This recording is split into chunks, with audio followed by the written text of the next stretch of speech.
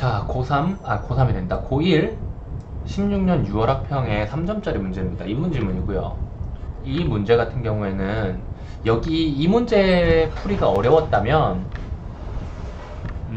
생각을 조금 바꿔줘야 될 필요가 있어요. 일단 이 문제를 종합적으로 볼게요. 종합적으로 보면은 몇 가지의 체크해야 될 사항이 나옵니다. 첫 번째, 문제 발문에서 요구하는 대로 기역과 니은을 먼저 이해를 해야겠죠? 그런데 이렇게 안 하고 각각 따로 할게요. 기역도 읽어야 되고 니은도 읽어야 되고, 그리고 A가 처한 상황에 대해서도 이해를 해야 되고요. 기역이 A에게 할 수 있는 말로 적절한 거 판단을 해야 되고요. 니은이 A에게 할 수 있는 말로 적절한 거 판단해야 되는데, 이걸 한 번에 다 묶으려고 하지 마세요. 한 번에 다 묶으려고 하지 말고, 문제들은 이 3점짜리 문제만이 아니라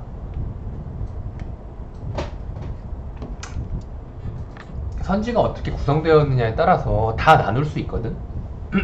이 녀석은 좀 쉽게 기억이랑 니은에 대해서만 해줬죠. 그러니까 우선 A의 상황 판단하고요. 판단이 아니라 이해를 하고요. 기억에 대해서 이해를 하면은 1번, 2번, 3번 선지에 대해서 답할 수가 있죠. 이 결과로 정답이 도출이 되거나 정답이 도출되지 않는 경우 두 가지로 갈릴 겁니다. 정답이 도출됐으면 그냥 오케이 하고 넘어가세요. 정답이 도출 안 됐으면은 이제 A랑 니은을 추가로 읽고 나서 4번과 5번 선지를 판별하는 겁니다. 그러면 일단 해야 될 과제가 1차적으로는 반으로 줄었잖아. 기억이랑 1, 2, 3번만 보면 되니까 이렇게만 보자 이거야. 일단 A 상황을 봐야겠죠. A 상황은 뭐야? A 상황 1문단, 일단 문단 전체 흐름을 한번 살짝 볼까요? A 상황 뭐예요? A는 도덕적 딜레마 상황에 빠져 있는데, 이 상황이 뭐예요? 할머니를 도와드리냐, 아니면은 도와드리면 지각을 하잖아. 그래서 벌점을 먹는다 그러잖아.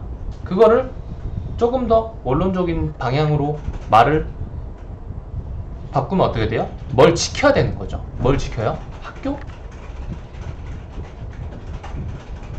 교칙? 준수입니다. 이 두 상황 중에 하나만 선택해서 만족시킬 수 있는 딜레마 상황에 빠진 거예요. 여기에서 이제 어떤 선택이 옳은가를 구분해 주는 것이, 정해 주는 것이 의문론적 관점과 목적론적 관점. 이거 다 하면은, 다 말하면 발음하기가 너무 어렵다. 의무론이랑 목적론이라고 할게요. 그래서 의무론은 여기에 있고요. 목적론은 여기에 있고요. 의무론의 한계는 여기에 있고요. 목적론의 한계는 여기에 있어요. 그래서 되게 간단하죠, 구조가. 이렇게 읽고 1번, 2번, 3번 판단을 하고요.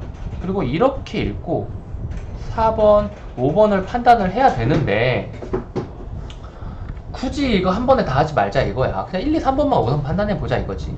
자, 그런데 여기서 또 하나 중요한 거, 이 선지들은 어디에서 나온 걸까요? 5개 선지에 나와 있는 단어들은 어디에서 나온 거야? 지문에서 나온 거지. 보기에서 나온 거 아니지. 보기 문제 아니니까. 그렇다면 이거는 어떻게 보면은 그 내용 일치 문제와 비슷하다. 대신에 읽어야 될 범위가 조금 넓다 인 거죠. 여기에서 확인해야 될 단어는 뭐가 있겠어요? 왜? 라는 질문, 그리고 누가 보더라도 옳다고 생각하는 기준, 그리고 나중에 일어날 일보다는 도덕을 지키려는 마음. 요 세 가지겠죠. 요걸 찾아보면 된다 이겁니다.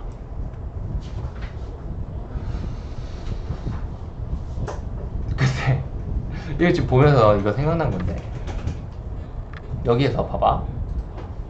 사실은 그러니까 이거는 그 문제 풀려고 지금 읽는 게 아니라, 이 A라는 학생이 할머니가 횡단보도를 건너드리는 거를 도와주는 그 행위 하나를 추가한 것만으로 학교에 지각해버릴 정도였으면은 사실은 애초에 지각을 밥 먹듯이 하던 학생이 아니었을까라는 생각을 좀 해봐요.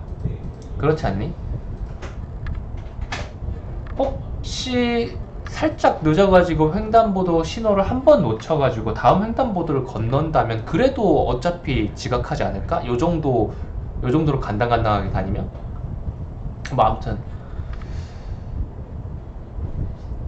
여기를 보면 결국 왜라는 단어를 먼저 찾아야겠죠? 1번 선지에 왜? 이 왜라는 단어가 나온 문장 이제 파란색으로 해볼게요. 왜라는 단어가 나온 문장 밑줄 그어봐요. 도덕법칙은 언제나 타당하고 보편적이기에 왜라는 질문은 성립하지 않는다. 그리고 선지에서 뭐라고 하고 있어요? 왜라는 질문에 답할 수 있게 행동하세요? 뭔가 이상하죠? 왜라는 질문은 성립하지 않는데요. 그럼 일단 요거 체크하고 넘어가시면 되는데, 근데 이거는 이렇게 생각할 수 있어요. 저는 그래서 이 선지가 뭔가 조금 마음에 안 들기는 해요. 그러니까 나온 대로 판단하면 이거예요. 왜라는 질문 자체가 성립하지 않는다. 그러니까 왜라고 질문을 던지는 그 의거 자체를 생각하지 않아도 된다는 거예요. 왜라는 질문이 나오는 상황 자체를 아예 배제하라는 거죠. 당연히 옳은 거니까. 그런데 이걸 한 번만 더 생각을 해보면 이런 식으로 생각이 번질 수가 있어.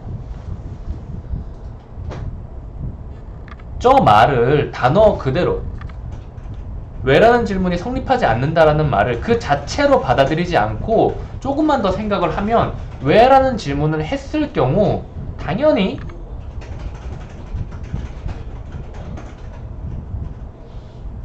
모르니까 라는 대답을 할 수밖에 없기 때문에 결과적으로는 왜라는 질문이 성립하지 않는다라는 결론으로서 이 문장을 생각할 수가 있단 말이야.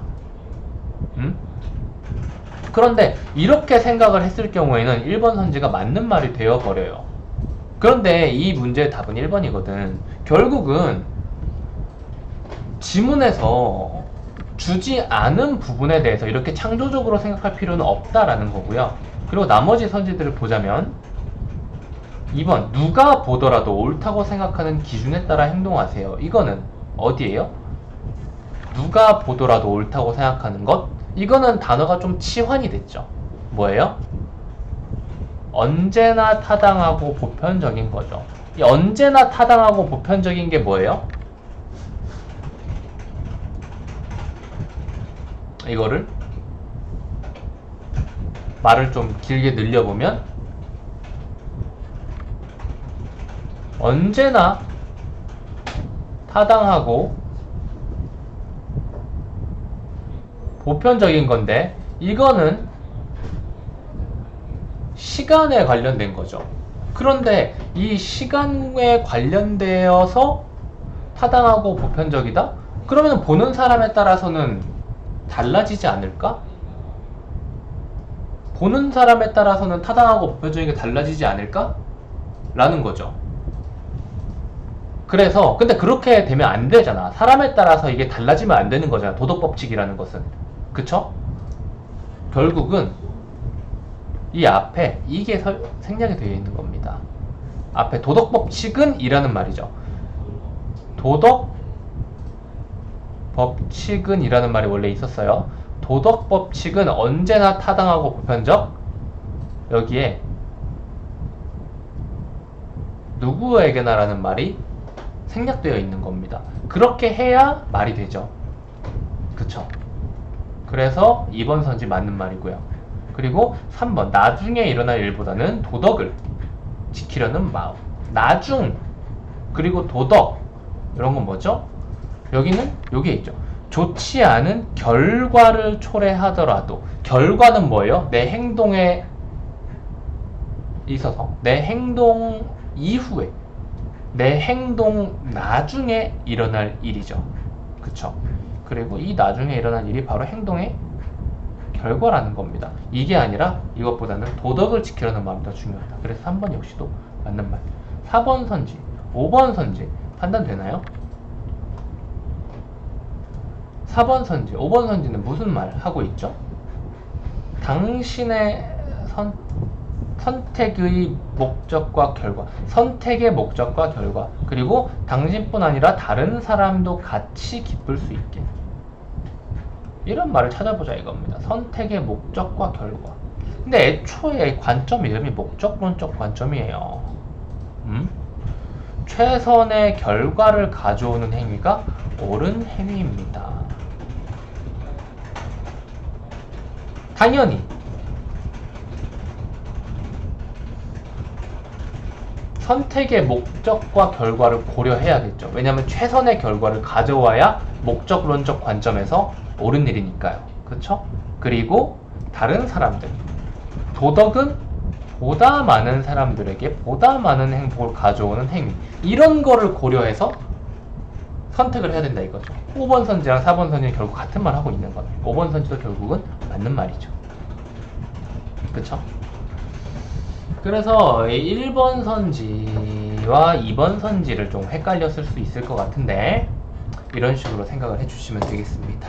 여기까지 할게요.